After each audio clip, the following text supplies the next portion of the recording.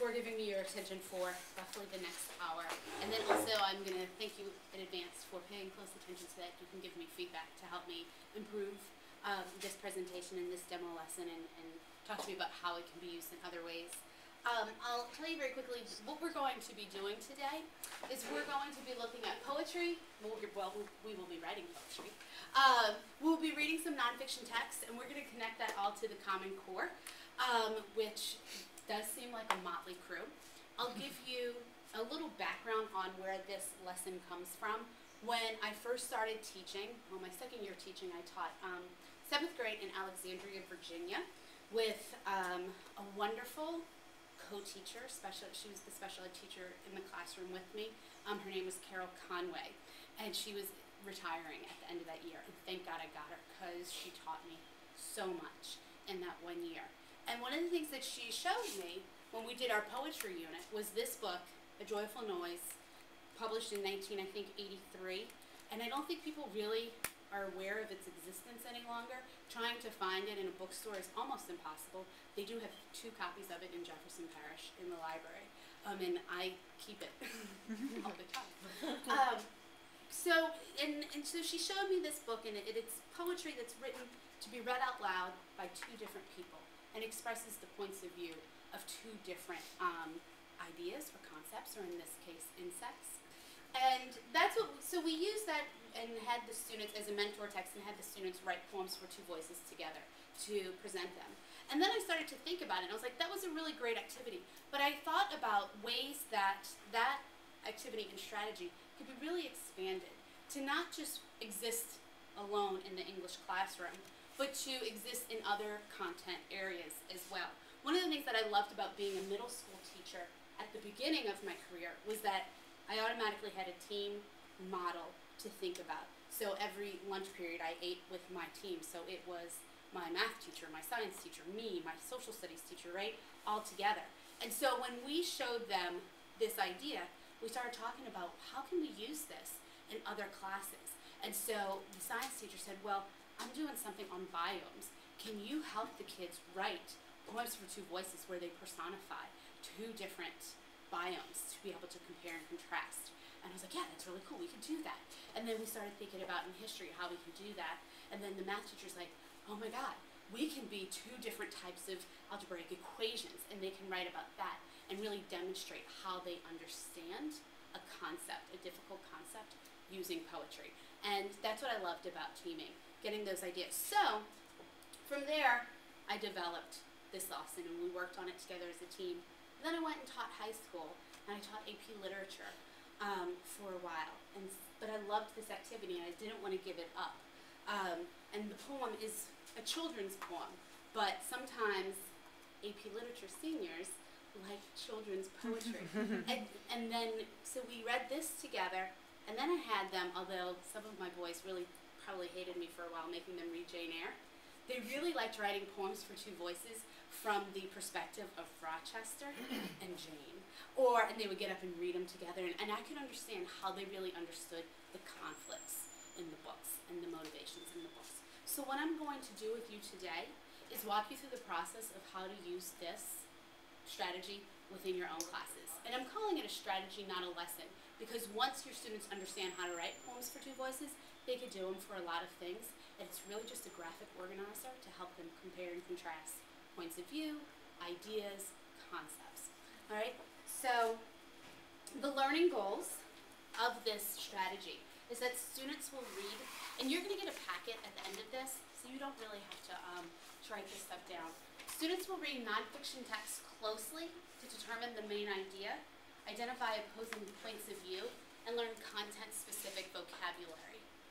And then also, students will support their interpretations of nonfiction text using specific evidence from their reading. All right, and I like doing both of these. You can see even though they're doing creative, fun writing, and it is fun, it's grounded in such significant critical thinking skills. They have to read and analyze closely a text. And then after they write their poem, I ask them to write a prose reflection that tells me why did they make the creative choices that they did in their poem, and to be please cite specific evidence that supports those choices, because that gives me something to assess. I don't want to grade someone's poem. I'm going to be honest. I don't write really good poetry myself. So who am I to put an A, a B, a C, a D, or an F on a poem? I'm not going to. But what I can do is then read the prose piece and see if their reflection and the evidence that they cite for their choices, does that show that they understand the concepts? If it does, then we're in good shape. If it doesn't, then I know we need to go back and work on it. And both of these things line with Common Core, right? I don't know, Faith, I know that you're dealing with Common Core right now where you are. Jean is dealing with Common Core where she is. She just walked away. But that's the big thing about Common Core is citing the text, textual evidence. So this helps us do that and still have fun, which is important. So here are all the Common Core that it relates to. Don't read it. It's miserable. There is a and it's so easy to do.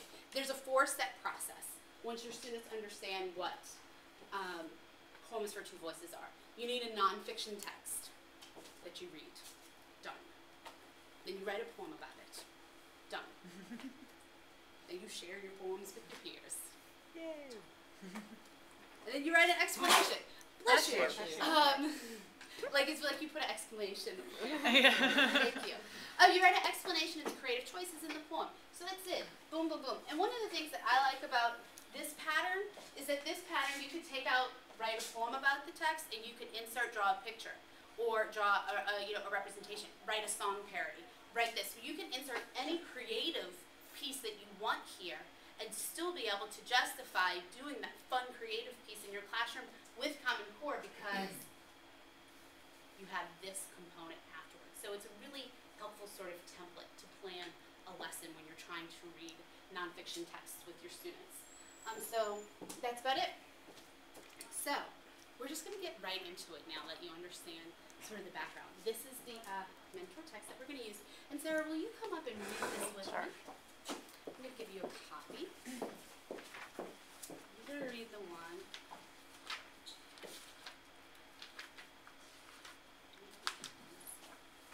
If you don't, you can share.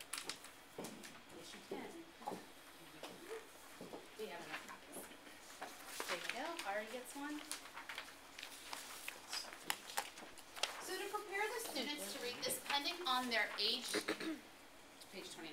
To prepare the students to write poems for two voices, depending on their age range, I would always start with a mentor text. This is the mentor text that I start with. And I start with this poem, Honeybees, because it just so clearly explains two different points of view.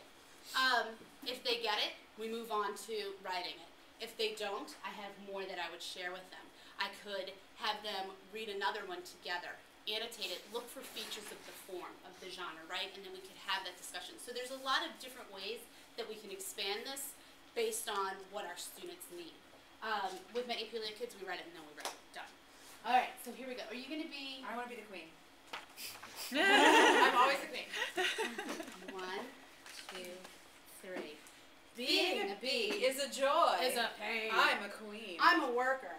I'll gladly explain. Upon rising, I'm fed by my royal attendants. I'm up at dawn guarding the hive's narrow entrance. I'm bathed. Then I take out the hive's morning trash. Then I'm groomed. Then I put in an hour making wax without 2 minutes time to sit still and relax. The rest of my day is quite simply set forth. Then I might collect nectar from the field 3 miles north. I lay eggs. Or perhaps I'm on larva detail, by the 100. feeding the grubs in their cells, wishing that I were still helpless and pale. I'm loved and I'm lauded, I'm outranked by none. Then I pack combs with pollen, not my idea of fun. When I've done enough laying, Then weary I stray, I retire to patch up any cracks in the hive. for the rest of the day. Then I build some new cells, slaving away at enlarging this hell, dreading the sight of another sunrise, wondering why we don't all unionize. Truly, a bee's is the worst of all lives.